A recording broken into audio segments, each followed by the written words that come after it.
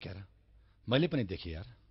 हेर भाइयो, सहरको केटले पढाइ खोज्छे पढाइ, त्यसैले त्यसको योग्य वर मै हो। तँ धेरै पढाइ कुरा नगरे जहिले पनि एसएलसी पास गरेको जुग भइसक्यो, के नापिस् तैँले? ब्लडी फुल, यसको त प्रमाणपत्र पनि मुसाले खाइसक्यो होला।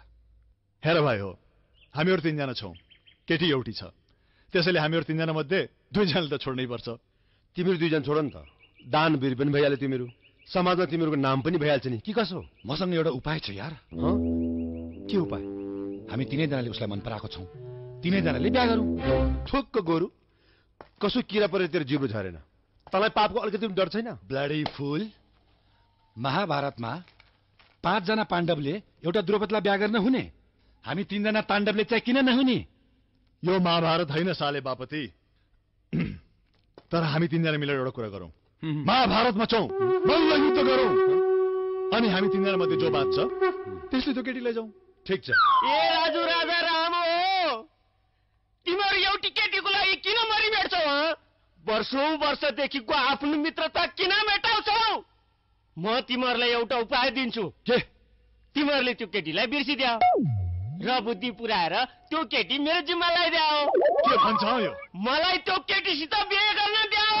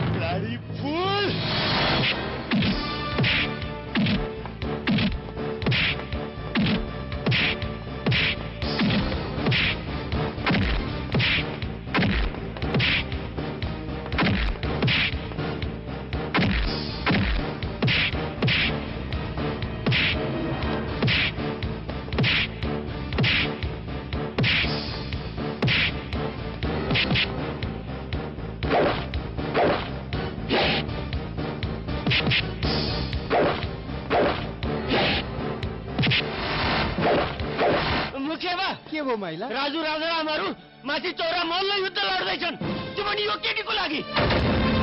उनीहरू तीनैजना योसित बिहा गर्ने रे, म हुँदा हुँदै। के भन्छ यो? सुन माइला, तँ गएर तिनीहरूको बाउहरूलाई यो कुरो सुनाइदे र त्यही लिएर आइज।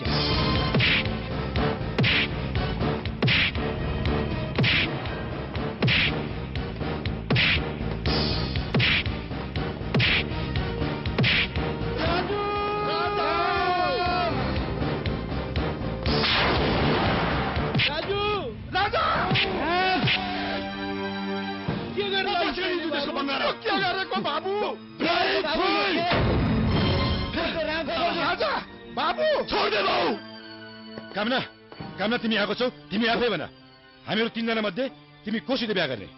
तर अलिकति सोचेर भन, धर्म कर्मको पनि विचार गर, कसले कसलाई कति आदर सम्मान गर्छ त्यो पनि सोच।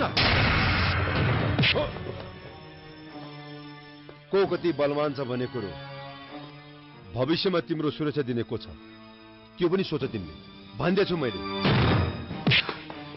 हेर कामना, धर्म र बल भन्दा बुद्धि ठुलो हुन्छ। अझ तिमी सहरबाट आएको, तिमीले बुद्धि र पढाइलाई विचार गर्नुपर्छ है। धर्म कर्म आदर सम्मानमा विश्वास गर्ने को रे? साले, त्यो त म हुँ। अनि सबैभन्दा बलवान चाहिँ? सबैभन्दा बलवान म हुँ। अनि सबैभन्दा पढे लेखेको र बुद्धिमान चाहिँ? यो गाउँमा सबैभन्दा पढे लेखेको एसएलसी पास मै हुँ। यो गाउँमा म भन्दा बाठो अरू